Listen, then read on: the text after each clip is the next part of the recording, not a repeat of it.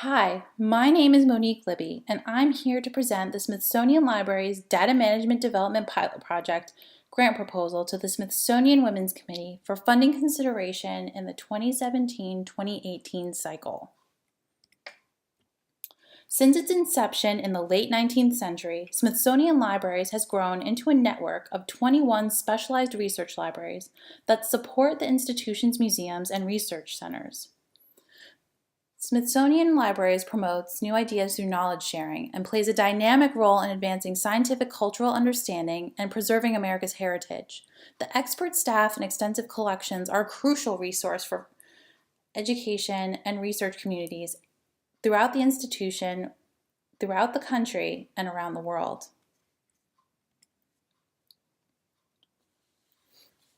Among the most important services SIL provides, one of the most vital is data management.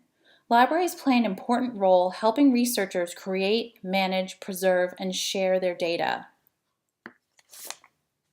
Because the same skill set it takes to become a successful librarian overlaps with the necessary skills to manage data, it's only natural that libraries should assume the role of building coordination between funding agencies, institutions, and researchers.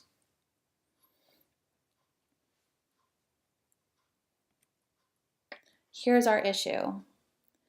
SIL already offers data management services to its researchers, but it's mainly their scientific researchers.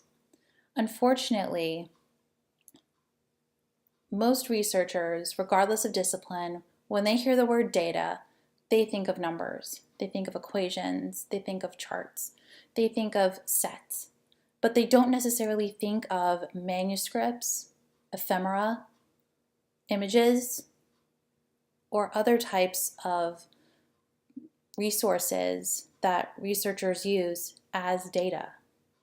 So therefore, our system writ large is unable to equally accommodate use by art, humanities, and social sciences researchers. So far, most of our data management programming, even though it is quite general, it is geared more toward the science researchers because they are the ones right now who are seeking out our help the most. So because of this, SIL lacks an understanding in the disciplinary differences among its researchers and their data management needs. We need this knowledge in order to support all of our researchers. We need to be able to support the whole community because we serve the whole community. Our 21 branches aren't just science. They include the arts, they include the humanities, and they include social science researchers. They are part of the curatorial staff. They are visitors who help support exhibits, and they publish in the name of Smithsonian in our publications. We understand that there's a limitless amount of data. As I mentioned before, it's not just numbers. It's manuscripts, it's images, it's objects, it's books even. Any record of human experience can be a data source to a humanities scholar. This quote is true. And so, since the 2013 Office of Technology Policy Memorandum required that federally scientific supported research projects were required to include a public access plan that facilitated data sharing and furthered innovation, more science scholars, because most of the research, especially at the Smithsonian, is federally funded,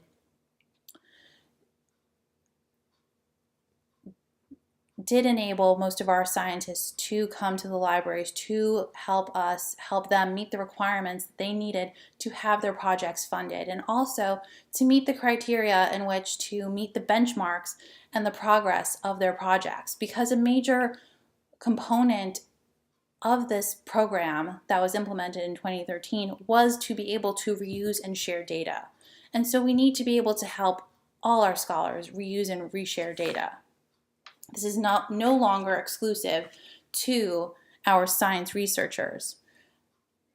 Even though the National Science Foundation is one of the major funders who supports our scholars and other major scholars around the country, the National Endowment of the Humanities has also adopted the same standards that the National Science Foundation has adopted for their scholars to also create data management plans with the projects so that they could see that their funds were going toward the reuse and the sharing of the data that they were funding for projects. So this is why it is more important than ever that we be able to expand our data management services, not only to improve them for the science researchers, but to also make them available and useful and also capable of handling the research support that the arts, humanities, and social science scholars need. We need to be able to serve the entire Smithsonian community. And so our solution is to be able to pinpoint these needs, not only focusing on the arts, humanities, and social sciences / non-science scholars. We want to conduct an institution-wide cross-disciplinary survey that would require response from all of our scholars that are on staff. Even though that we have visiting scholars, we are going to target our more permanent faculty, and we will determine this through HR. And then we will take the results of this survey that we conduct and use it to create a data management tool with the capability to support both science and non-science researchers to manage their data and also output their research. And here are our project objectives. This pilot project aims to make the data management program more useful to non-science scholars, increase the overall use of data management services by creating a tool that would support both types of scholars, and also encourage reuse, and then also foster closer collaboration between SIL and the research community, while increasing the impact of SIL's research on the public. And here is our working plan. You will see that the major resources for each task listed here, from the survey to the beta testing of the tool, consist of the intern that we will be hiring, the data management working group, the platform engineer, and to some extent IT services to install the servers that we need in order to store the data that our researchers will be working on before it is packaged and put into a repository, whether it be in Sidora, SIL's internal repository, or to a disciplinary repository, or even a public repository. And here is the major three-phase breakdown of our work plan, which consists of the survey, the planning, and the platform development. And you'll see that the beta testing and the construction are part of the platform development phase. And here we will evaluate the success of this project by examining and observing the survey responses in proportion to the amount of participation of our science and non-science researchers within our data management services at SIL. And then from that, we will select a pool of science and non-science researchers to conduct a second iteration of data management platform beta testing. And we will take the feedback from that beta testing among the researchers to make sure that our tool is successfully operational, effectively usable, and also creates a positive user experience for our researchers. We want the tool to be functional, and we want it to be intuitive.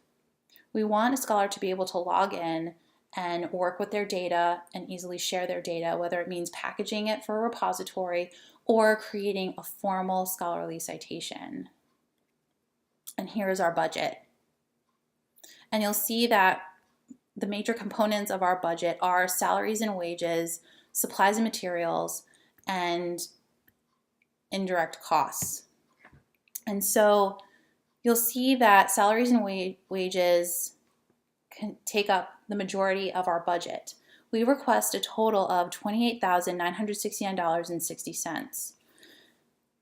And you'll see that there's an unusual number. You might think it is unusual. The indirect cost spending line, item number 5. And you'll see that that number is $2,633.60. And where do we get that number from? That's a good question.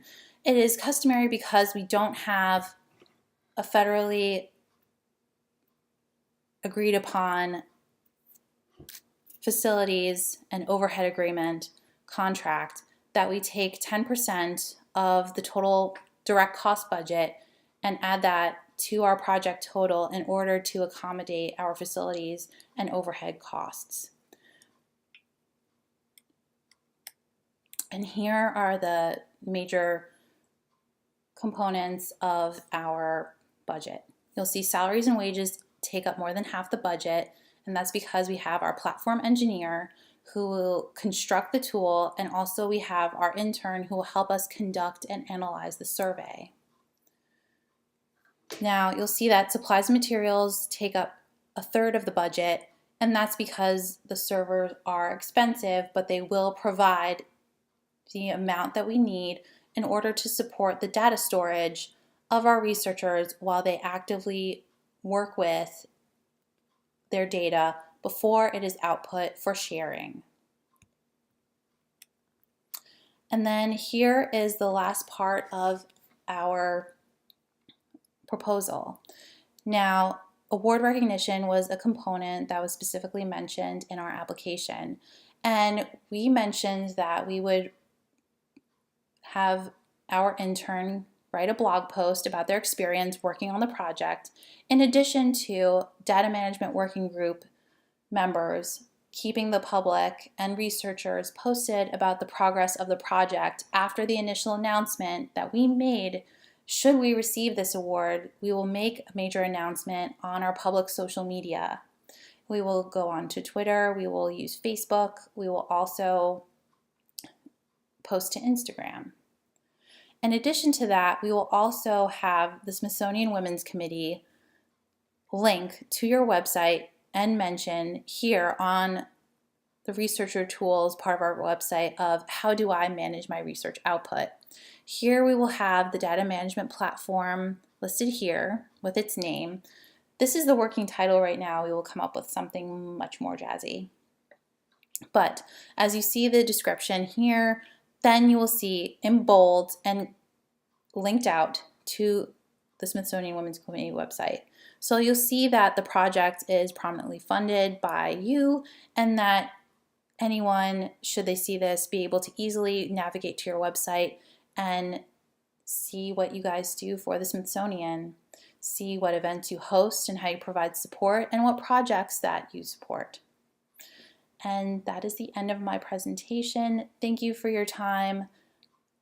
I will stay behind to answer any questions that anyone may have. Thank you again.